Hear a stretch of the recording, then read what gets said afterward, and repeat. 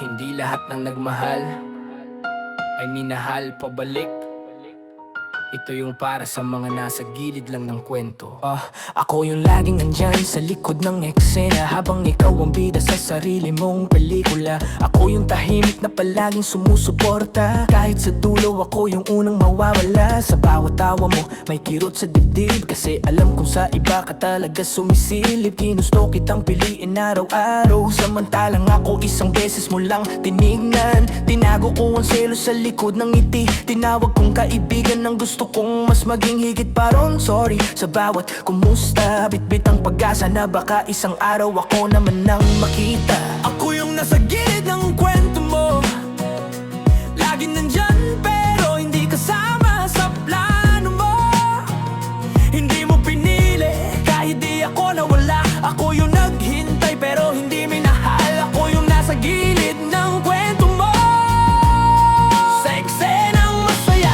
Ako yung tahimik na anino, kung may papel ang sakit sa pelikula ng puso. Ako yung karakter na laging tinatanggal sa huling eksena mo. Nakikinig ako sa'yo tungkol sa mahal mo, habang nilalamon ako nang sana ako yon sa loob ko. Sinabi mong special ako, sabi mo mahalaga, pero bakit sa pagpili hindi ako ang una? Ginawa mo kung pahinga pag pagod ka na, pero sa saya iba ang iyong kasama. Ginawa mo kung tahanan sa gitna ng ulan, pero sa araw iniwan mo rin akong mag-isa sa daan. Ako yung pansamantalang lungga kapag nasugatan ka sa maling tao pa, pero pag buo ka na ulit ang sarili mo, nawawala ako parang hindi kailanman naging tayo.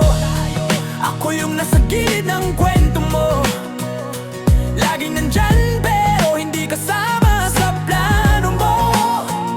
Hindi mo pinili kahit di ako nawala.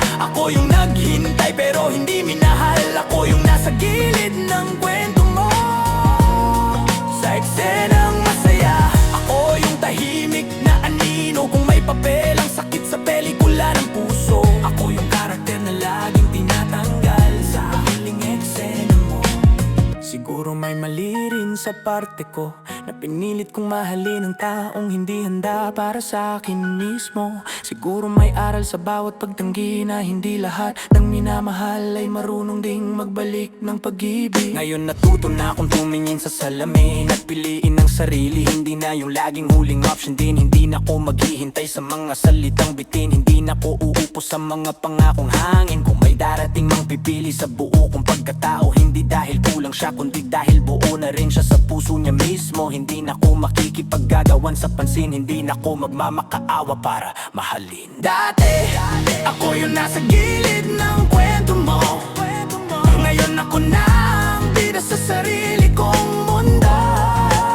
Hindi mo man ko pinili sa panahong yon, pinili ko na ang sarili ko ngayon. Dati ako yung tahimik na anino,